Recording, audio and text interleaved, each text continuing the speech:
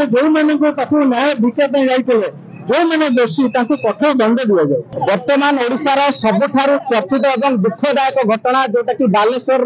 फकीर मोहन यूनिवर्सिटी जो घटना घटी जाती सौम्याश्री विशिंकर जो भाई भाव जो जीवंत से निजक आत्माहुति देते जो सारा राज्य में चर्चा पलटि से भौणी को आशु आरोग्य कामना करने जो कार्यानुष्ठान ग्रहण कड़ाकड़ी भाव ग्रहण करने महानदी विहार में आज महानदी विहार डेवलपमेंट एसोसिएशन कथा कहतु मंगला मंदिर जो रही तार जो रही सदस्य मैंने कहतु महिला समिति एवं जो रही विजन ट्रस्ट समस्त एकाठी होती गोटे नारा देते महाप्रभु जगन्नाथ पाखे प्रार्थना कर मां मंगला पाखे प्रार्थना कर खूब शीघ्र से सौम्यश्री विशिंकर शरीर आरोग्य हो से खूब शीघ्र आरोग्य लाभ करूँ या सहित जदि आम कह कि समस्त देखिपे हाथ में दीप धरी पुरुष टू महिला छोट टू बड़ समस्त एकाकार किभली भाव से न्याय पाइबे किभली भाव जो कार्यानुष्ठान कड़ाकड़ी भाव आहरी ग्रहण कर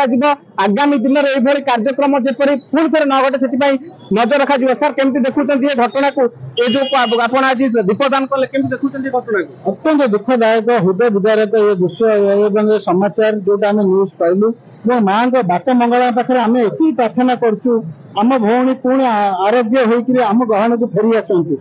आजिका दिन में आमर एवं प्रति जो अन्याय जो मैंने कर जो न्याय भिक्षा जाते जो मैंने दोषी कठोर दंड दि जाए। निश्चित भाव में आम प्रतिक्रिया नथिले मैडम केमती देखुं महिला जन आप ये गोटे कथा भी महिला जो घटी माँ को क्षेत्र तो बड़ दुखदायक घटना आज तार है काली आमर कहार आम झीर न हम एमती कहीहबनी से भी गोटे झील भगवान ताको शीघ्र सुस्थ कर दिंतु ए घटनार पुनरावृत्ति न हो ये मोर ठाकुर बहुत दुखदायक मर्मस्पर्शी आम समस्त आज एकत्रित होकर माँ मंगला पाखे प्रार्थना करूँ जे समस्त विषय शीघ्र आरोग्य लाभ करूँ जिते सब जिन फेल हो जाए आमर विश्वास अच्छी प्रार्थना ही सर्वोत्त उत्कृष्ट उपाय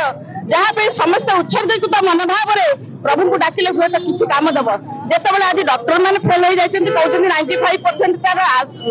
माने से पीड़ित अच्छी तेणु आम मैंने ठाकुर पाखे डाकुचु माँ पाखे डाकुचु जगन्नाथ पाखे डाकुचु जे प्रभु माँ यथा शीघ्र आरोग्य लाभ बहुत दुख लगुच आज आम एकाठी होना आम हृदय पाखे रही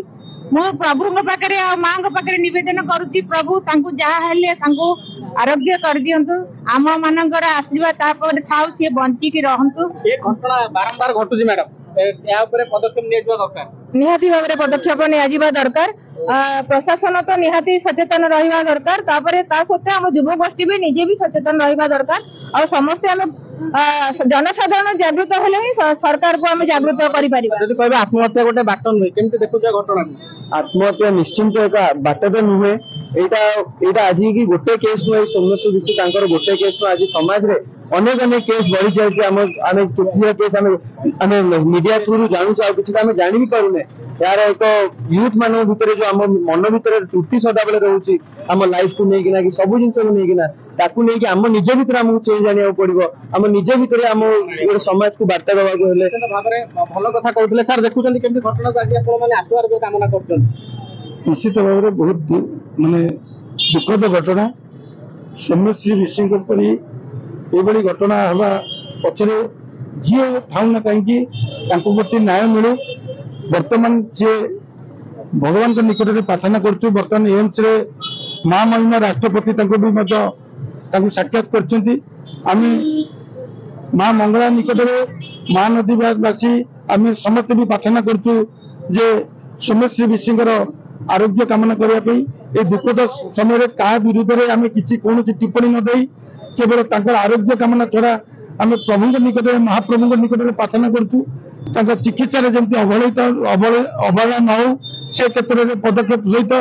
तुरंत से फेरी आसतु आम पाक फेरी आसतु यही आम माँ निकट प्रार्थना भाव में आम प्रतिक्रिया नौले कि जो भाव में समस्त आज एकजुट होती समस्त आखिर आज लुह अच्छी हृदय दरद और କୋହଭରା କଣ୍ଠରେ ସମସ୍ତେ କହୁଛନ୍ତି ସୌମ୍ୟାଶ୍ରୀ ବେଶୀ ଆରୋଗ୍ୟ ହୁଅନ୍ତୁ ଏବଂ ସବୁଠୁ ବଡ କଥା ହଉଛି ଏ ଘଟଣା କିଭଳି ଭାବରେ ଆଗକୁ ନ ଘଟୁ ଏବଂ ଯେତେବେଳେ ଝିଅଟିଏ ବା ଭଉଣୀଟିଏ ଯେତେବେଳେ କୌଣସି କଷ୍ଟରେ ପଡୁଛି ବା ନିର୍ଯାତନାର ଶିକାର ହଉଛି ତା ବାପା ମା ମାନେ ମଧ୍ୟ ସେ ବିଷୟରେ ଅବଗତ ହୁଅନ୍ତୁ ଯାହାଫଳରେ ତାର ମାନସିକ ସ୍ତରରେ ମଧ୍ୟ ତାକୁ କିଛି ସାନ୍ତ୍ୱନା ମିଳିପାରିବ। ଆଶା କରୁଛୁ ସୌମ୍ୟାଶ୍ରୀ ବେଶୀ ଆରୋଗ୍ୟ ହେବା ସହିତ ଦୋଷୀମାନଙ୍କ ବିରୁଦ୍ଧରେ ଦୃଢ କାର୍ଯ୍ୟାନୁଷ୍ଠାନ ହେଉ। କଟକରୁ ବିଶ୍ୱଜିତ ନାୟକଙ୍କ ରିପୋର୍ଟ ଧରିତ୍ରୀ ଲାଇଭ୍।